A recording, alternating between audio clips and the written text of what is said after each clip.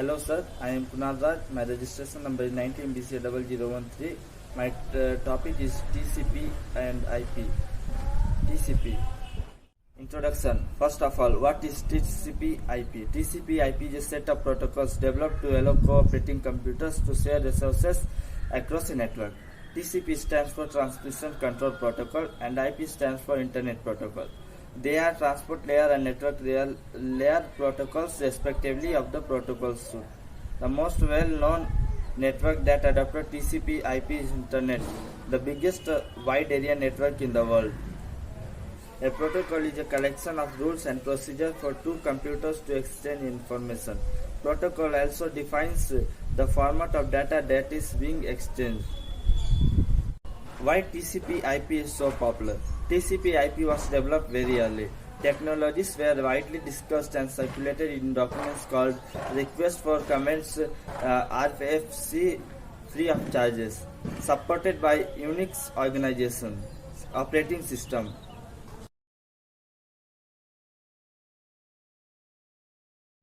Features of TCP IP. Multi-vendor support. IP is implemented by many hardware and software vendors. Interoperability, logical addressing, routability, name resolution, error control and flow control, multiplexing and deep multiplexing. Multi-vendor support. TCP IP is implemented by many hardware and software vendors.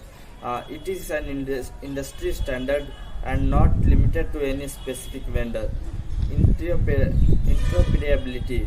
Today we can work in a heterogeneous network consisting of devices, operating system, software from different vendors. Because of TCP IP, a network user who is using a Windows operating system based computer can download files from Linux machine. Because of both operating systems support TCP IP, eliminates the cross-platform multi-vendor boundaries. Now the four layers of TCP IP. Data link layer, internet layer, transport layer and application layer. Data link layer. Data link layer is most reliable node-to-node delivery of data. It forms frames from the packets data received from network layer and gives it to physical layer. It also synchronizes the information which is to be transmitted over the data. Error controlling is easily done. Next layer is internet layer. The internet layer is also known as network layer. The main purpose of this layer is to organize or handle the movement of data on network. By movement of data, we generally mean routing of data over the network. This layer is responsible for addressing, packaging and routing functions. The core protocols of the internet layer are IP, ARP, ICMP and IGMP. Next layer is transport layer. This layer acts as the delivery service used by the application layer. Two protocols used are TCP and UDP. The choice is made based on the application's transmission reliability requirements. The transport layer also handles all error detection and recovery. Now application layer. This layer is comparable to the application presentation and session layers of the OSI models all combined into one. It provides a way for application to have access to network services. It is widely known layer for the exchange of the user information.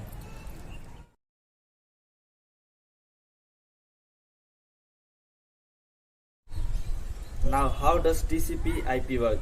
TCP IP uses the client-server model of communication in which a user or machine is provided a service like sending a web page by another computer in the network, client to server. Collectively, the TCP IP suite of protocol is classified as stateless, which means each client request is considered new because it is unrelated to previous request. Being stateless frees up network paths so they can be used continuously. The transport layer itself, however, is stateful. It transmits a single message, and its connection remains in place until all the packets in a message have been received and assembled at the destination.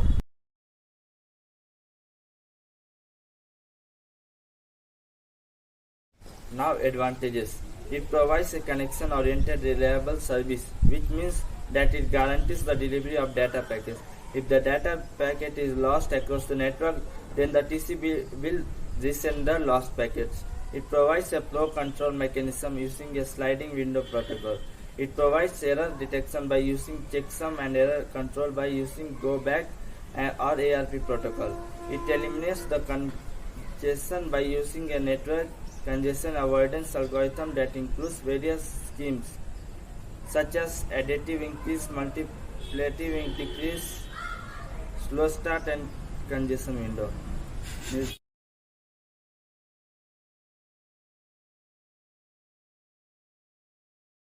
Now the disadvantages of the TCP/IP. It is not generic in nature. It does not clearly separate the concepts of services, interfaces, and protocols. It does not distinguish between the data link and the physical layers, which have very different functionalities.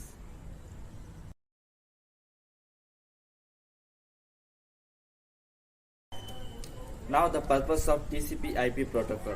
The purpose was to allow computers to communicate over long distance networks. The TCP part has to do with the verifying delivery of the packets. The IP part refers to the moving of the data packets between nodes. TCP/IP has since then become the foundation of the Internet.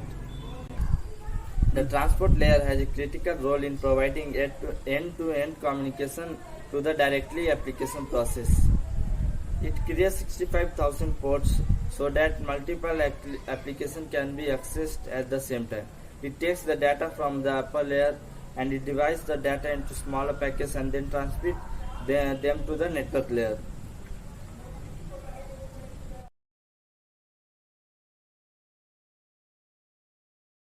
Now the applications of TCP/IP. Mobile commerce is an evolving area of e-commerce where users can interact with the service providers through a mobile and wireless network, using mobile device for network retrieval and transaction processing. File Transfer Protocol (FTP) data and control, which is used in sending large files. Simple Mail Transfer Protocol (SMTP) relies on exchange of commands and can also send huge files across various machines. Post Office Protocol, a protocol for email message retrieval that uses TCP to exchange commands and data. Telnet Protocol, an iterative session-based protocol that requires a similar platform to TCP Internet Message Access Protocol IMAP, also a protocol for retrieving email messages. Border Gateway Protocol (BGP). This protocol runs on TCP, which enables it to assume reliable communication even if the data is often sent over very long distances. NetBIOS Session Service, a session protocol which is suited for TCP than UDP.